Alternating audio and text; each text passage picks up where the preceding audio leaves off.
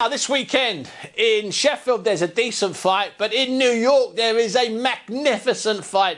In the bottom, in the theatre below Madison Square Garden, one of the greatest, if not the greatest boxing venue in the world. The theatre below it is sold out for the middleweight championship of the world. This is a fight that doesn't need belts, it doesn't need baubles, it doesn't need to be recognised by fat men from South Africa in shiny suits. No, it's a proper championship fight between the champion, Sergio Martinez, and Birmingham/Ireland's Matt Macklin, the man who's been preparing Matt Macklin, his former world champion, and a man never short of words, Buddy McGirt. And it's a delight to welcome Buddy McGirt to the show this evening from New York. Buddy, are you there? Yeah, I'm here, sir. How you doing? Fantastic, Buddy. Buddy, let me ask you this first of all. Has Matthew's training been perfect, or have there been any problems? No, there hasn't been no problems. Everything is great. I can't complain. Right now, it was just, we played the waiting game till Saturday night. Just playing the waiting game. And how long has he been ready? And I don't just mean on the weight. How long has his head been in the place where you want it to be, Buddy? He's been mentally there since day one. But as days progress, he got more and more confident, and his frame of mind has become a whole lot better. And now that we on the final lap, he's 100%.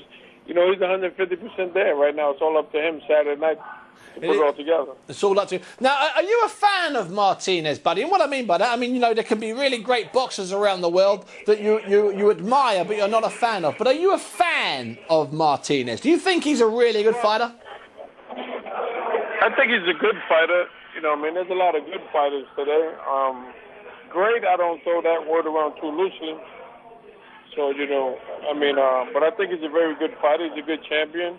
I respect him for, fighting anybody that they put in front of him. So, I got nothing but respect for him. And I respect anybody that steps in the ring.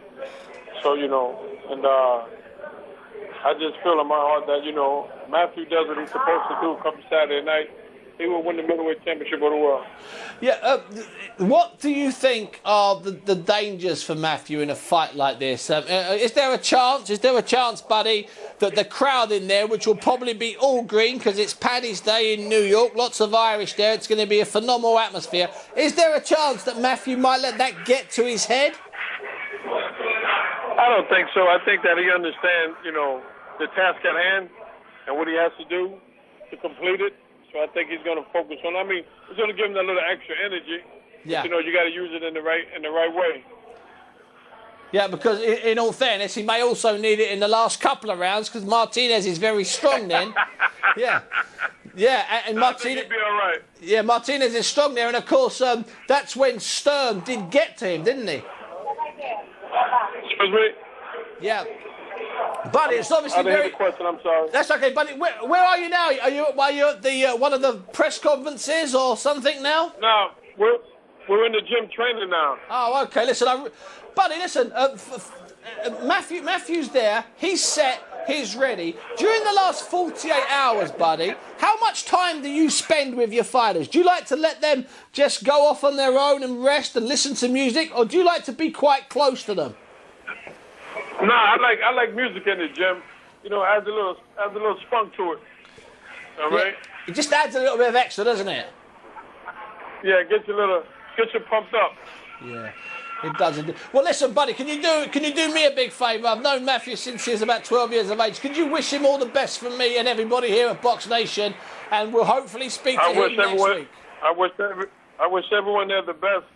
I want to say good luck and God bless all of you. Thanks very much indeed, Buddy. Thanks for you sending your wishes. That's Buddy McGirt there, everybody. Thank you. We're gonna try and find a noisier. We're going to try and maybe take Buddy to a train station next time when we interview him. Paul Horan has sent me in an email. Thanks for sending this in, Paul. It came in last week, but I missed it. He says, can you get Colin Jones on the show? You know what? That's a great idea, getting Colin Jones on the show. I probably will. And then he also says, can you mention my wife, Tracy? Tracy, you mentioned. Now, apparently, Tracy, you think I shout, don't you? You think I shout?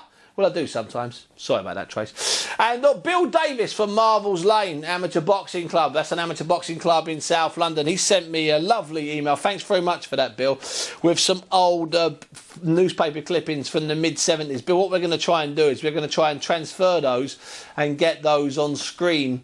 Get those on screen next week. But once again, Bill Davis, thanks very much. And Mr. Iron Fist has been in contact. In fact, he's contacted Hannah, and he sent in an email. It's talking about the three women. He wants to say, he says the Scottish anthem was very good. He said, but it's not the best version. That's sung by Lisa Jean Murphy, but it's not the best version. He's come up with all sorts of other names. Now, I appreciate that. It's not actually a test of whether their cover versions are better. It's a test. It's a straight test between the three of them. They're all decked out. They're all made up. They're all ready to party. They've got a captive audience. I did a quick calculation in my head, and it's just short of 50,000 people they're singing for, those three women. Well, at the end of the show, excuse me, we're going to announce the winner. Okay, so thanks very much for your email. Keep the emails coming. It's bunce@boxnation.com, and it's also, the Twitter is @BigDaddyBunce. Now,